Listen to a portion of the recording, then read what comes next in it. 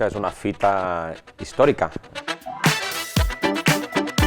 Això és un èxit rotund. O serà ecològic o no serà. Per la valentia també de fer aquest canvi. I els admiro per haver-ho aconseguit.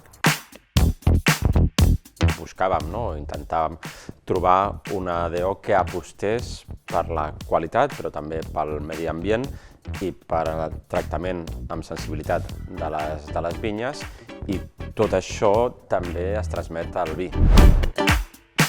Per mi és molt important que una denominació d'origen catalana, com és el Penedès, sigui l'exemple a seguir a nivell mundial d'aprendre a que cada vegada tot o serà ecològic o no serà.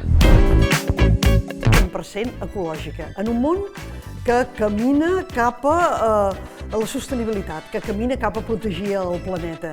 El gran èxit és que una DO és la suma de molts cellers i és la suma de que tots caminen a la mateixa via. Això és un èxit rotund.